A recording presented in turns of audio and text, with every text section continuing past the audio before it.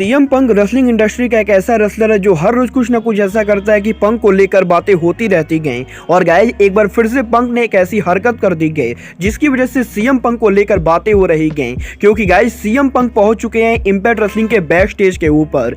AEW में RBD के possible debut को लेकर आरबीडी का काफी बड़ा हिंट आ चुका है। डस्टिन रोड्स के एईडब्ल्यू में कॉन्ट्रैक्ट सिचुएशन को लेकर डस्टिन रोड्स ने उनके लेटेस्ट इंटरव्यू में बात की गई।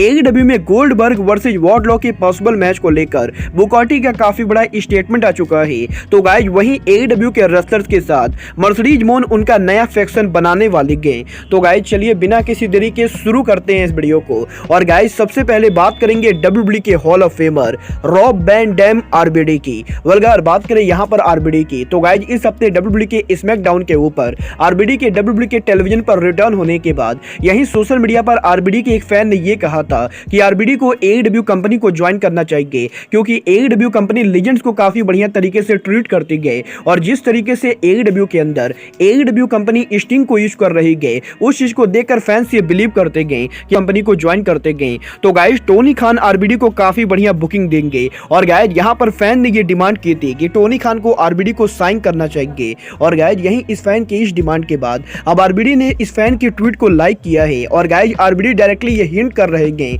कि वो भी एईडब्ल्यू कंपनी को ज्वाइन करना चाहते गए। बट गाइस यहाँ पर इस फैन के इस ट्वीट के बाद आरबीडी ने एक और फैन के ट्वीट को लाइक किया, जहां पर इस ट्वीट के अंदर एक रेसलिंग फैन का यह कहना था कि आरबीडी को एईडब्ल्यू में आके सैमी गुवारा और टाइमेलो के साथ mix man tag team match लड़ना चाहिए। और गाइस यहां पर आरबीडी लगातार इन ट्वीट्स को लाइक करके इस चीज को डायरेक्टली हिंट कर रहे गए कि वो एईडब्ल्यू में बहुत ही जल्द आना चाहते गए। वेल गाइस मैं पर्सनली आरबीडी का एक टाइम पर बहुत ही बड़ा फैन था, बट गाइस मुझे नहीं लगता है कि टोनी खान को आरबीडी को साइन करना चाहिए। बट गाइस जहां तक बात रही डब्ल्यूडब्ल्यूई के रेसलर्स के एईडब्ल्यू को ज्वाइन करने की, तो गाइस ये बात तो हर किसी को मालूम है कि डब्ल्यूडब्ल्यूई के फॉर्मर सुपरस्टार गोल्डबर्ग के एईडब्ल्यू में डेब्यू करने को लेकर पिछले कुछ हफ्तों से काफी सारे रूमर चल रहे गए। और गाइस यही रिसेंटली एईडब्ल्यू के टीएनटी चैंपियन वॉर्डलॉ ने इस चीज को हिंट किया था कि वॉर्डलॉ एईडब्ल्यू के अंदर गोल्डबर्ग के डेब्यू के बाद वॉर्डलॉ और गोल्डबर्ग का पॉसिबल ड्रीम मैच रेसल करेंगे। और गाइस यही वॉर्डलॉ के इस मैच को पिच करने के बाद अब इस हफ्ते डब्ल्यूडब्ल्यूई के रिपोर्टर और डब्ल्यूडब्ल्यूई के ब्रॉडकास्टर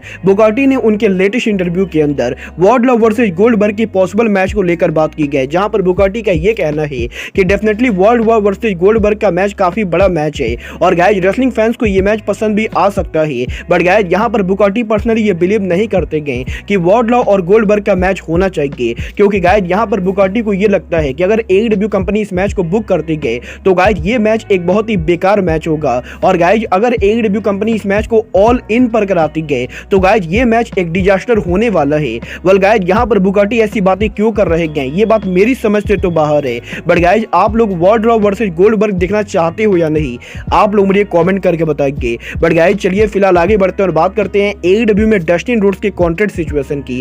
वेल गाइस बात करें यहां पर डस्टिन रोड्स की, तो गाइस ये बात तो मैंने आप लोग को ऑलरेडी बताया है। डस्टिन रोड्स का एईडब्ल्यू का कॉन्ट्रैक्ट फाइनली कुछ महीनों के अंदर ओवर होने वाला है। और गाइस पॉसिबली डस्टिन रोड्स के कॉन्ट्रैक्ट के ओवर होने के बाद वो एईडब्ल्यू कंपनी को लीव भी करने वाले गए। बट गाइस यही इस हफ्ते डस्टिन रोड्स के लेटेस्ट इंटरव्यू के अंदर डस्टिन रोड्स ने इस चीज को कंफर्म किया है कि डस्टिन रोड्स के एईडब्ल्यू कॉन्ट्रैक्ट के ओवर होने के बाद वो पॉसिबली एईडब्ल्यू के साथ नया कॉन्ट्रैक्ट साइन कर सकते गए, क्योंकि गाइस यहां पर डस्टिन रोड्स का ये कहना है कि एईडब्ल्यू कंपनी को ज्वाइन करने के बाद पिछले कुछ सालों के अंदर जिस तरीके से टोनी खान की कंपनी डस्टिन रोड्स को बुक कर रही गए, डस्टिन रोड्स उस चीज से पूरी तरह से सेटिस्फाइड है। और गाइस यहां पर डस्टिन रोड्स एईडब्ल्यू के अंदर किसी भी तरह की चैंपियन बनने के बिल्कुल भी इंटरेस्टेड नहीं गए। बट गाइस जहां तक बात रही डस्टिन रोड्स के एईडब्ल्यू में रेसल करने की, तो गाइस यहां पर कहना है कि अगर डस्टिन रोड्स एईडब्ल्यू के अंदर एईडब्ल्यू कंपनी के साथ नया कॉन्ट्रैक्ट साइन करते गए, तो गाइस यहां पर डस्टिन रोड्स के न्यू कॉन्ट्रैक्ट के अंदर डस्टिन रोड्स उनके करंट कॉन्ट्रैक्ट के मुकाबले काफी डिफरेंट तरीके से काम करेंगे,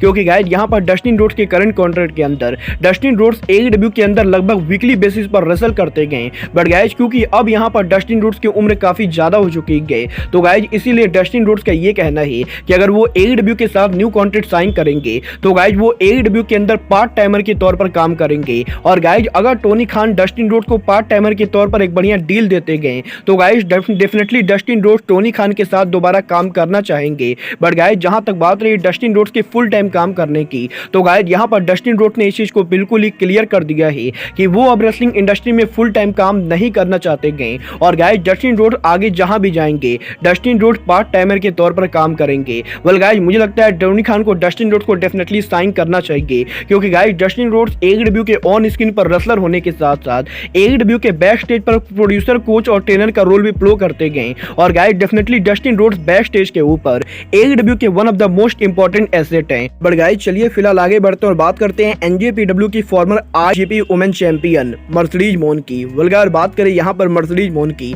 तो गाइस ये बात तो मैंने आप लोग को ऑलरेडी बताया है कि मर्सिडीज मोन की आईडब्ल्यूजीपी वुमेन चैंपियनशिप को हार जाने के बाद मर्सिडीज मोन एनजेपीडब्ल्यू के अमेरिका में अगले पेपर व्यू के ऊपर एनजेपीडब्ल्यू के इनॉग्रल आईडब्ल्यूजीपी स्ट्रॉन्ग वुमेन चैंपियनशिप के लिए कम्पीट करने वाली गए। बट गाइस यहीं इस हफ्ते सोशल मीडिया के ऊपर मर्सिडीज मोन ने स्टारडम रेसलिंग और एनजेपीडब्ल्यू के अंदर उनके पॉसिबल फैक्शन के डेब्यू को टीज कर दिया है। वेल गाइस इस हफ्ते सोशल मीडिया के ऊपर एक रेसलिंग फैन ने एडब्ल्यू के सुपरस्टार द रेनिश ट्विन के साथ मर्सिडीज मोन के एक पिक्चर को शेयर किया था। और गाइस यहां पर फैन के इस पिक्चर को शेयर करने के बाद अब मर्सिडीज मोन का ये कहना है कि मर्सिडीज मोन एडब्ल्यू के current superstar the Rhenish twin के साथ स्टारडम रेसलिंग के अंदर फैक्शन बनाना चाहती गए। और गाइस मर्सिडीज मोन जापान को डोमिनेट करने के लिए रेनिश ट्विन के साथ एक फैक्शन क्रिएट करना चाहते गए जिस फैक्शन को लेकर वो एनजेपीडब्ल्यू और स्टारडम के अंदर काम करेंगे। और गाइस अगर टोनी खान रेनिश ट्विन को अनाउंस करते गए तो गाइस यहां पर मर्सिडीज मोन स्टारडम रेसलिंग के अंदर रेनिश ट्विन के साथ उनके फैक्शन में काम करना चाहेंगे। वेल गाइस देखना बहुत ही दिलचस्प होगा कि टोनी खान रेनिश ट्विन को स्टारडम रेसलिंग पर जाने देते हैं या नहीं। और गाइस क्या सच में मर्सिडीज मोन एडब्ल्यू के इन रेसलर्स के साथ उनका नया फैक्शन बनाती है या नहीं। बट गाइस जहां तक बात रही मर्सिडीज मोन की तो गाइस जैसा कि मैंने आप लोग को ऑलरेडी बताया है इस हफ्ते मर्सिडीज मोन की फॉर्मर टैग टीम पार्टनर नायोमी ने इंपैक्ट रेसलिंग पर उनका डेब्यू किया है। और गाइस कल यहां पर इंपैक्ट रेसलिंग ने फाइनली अमेरिका के अंदर उनका लेटेस्ट टीवी टैपिंग किया था जहां पर इस बार इंपैक्ट रेसलिंग का ये टीवी टैपिंग और कहीं नहीं बल्कि शिकागो के अंदर हो रहा था। और गाइस शिकागो में इंपैक्ट रेसलिंग के इस टीवी टैपिंग के ऊपर फाइनली नायोमी ने उनका डेब्यू कर दिया है जहां पर नायोमी के पहले डेब्यू के ऊपर नायोमी के साथ साथ मर्सिडीज मोन बैक स्टेज एरिया पर अपीयर हुई थी। और गाइस यहां पर नायोमी के इंपैक्ट रेसलिंग में डेब्यू को देखने के लिए मर्सिडीज मोन अरीना के अंदर भी मौजूद थी। बट गाइस यहां पर मर्सिडीज मोन के साथ साथ नायोमी के इंपैक्ट रेसलिंग में डेब्यू को देखने के लिए एक और शख्स शिकागो एरिया के अंदर मौजूद था। और गाइस इस बार ये शख्स और कोई नहीं बल्कि शिकागोज ओन सीएम पंक है। और गाइस यहां पर एक हफ्ते पहले मंडे नाइट रॉ के बैक स्टेज पर अपीयर होने के बाद सीएम पंक एक बार फिर से रेसलिंग इंडस्ट्री को हिला रहे गए क्योंकि गाइस इस बार सीएम पंक डब्ल्यूडब्ल्यूई के long time rival impact wrestling के बैक स्टेज पर अपीयर हो चुके गए। और गाइस यहां पर इंपैक्ट रेसलिंग की farmer women champion Jordan grace ने सोशल मीडिया के ऊपर सीएम पंक के साथ उनके पिक्चर को शेयर करके इस चीज को कंफर्म किया है कि शिकागो एरिया में इंपैक्ट रेसलिंग के टीवी टैपिंग के ऊपर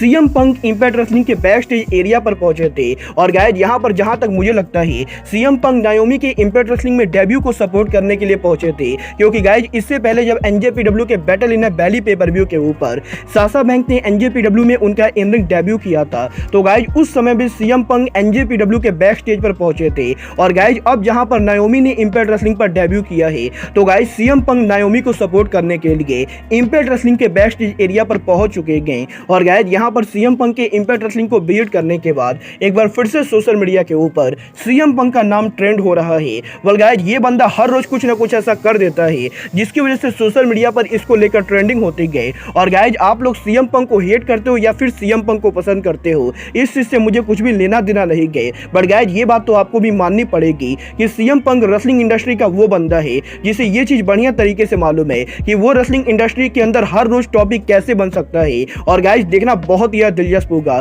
कि सीएम पंक के एडब्ल्यू के two of the biggest rival WWE और इंपैक्ट रेसलिंग के बैक स्टेज एरिया पर अपीयर होने के बाद सीएम पंक एडब्ल्यू पर वापस कब आते गए। वेल गाइस आप लोग पंक के एडब्ल्यू में रिटायर्ड हो या नहीं आप लोग मुझे कमेंट करके बताइए। बट गाइस अब आज के इस वीडियो में बस इतना ही। मैं मिलता हूं आपसे अपने अगले वीडियो में। बट गाइस तब तक के लिए good bye, good night and ban.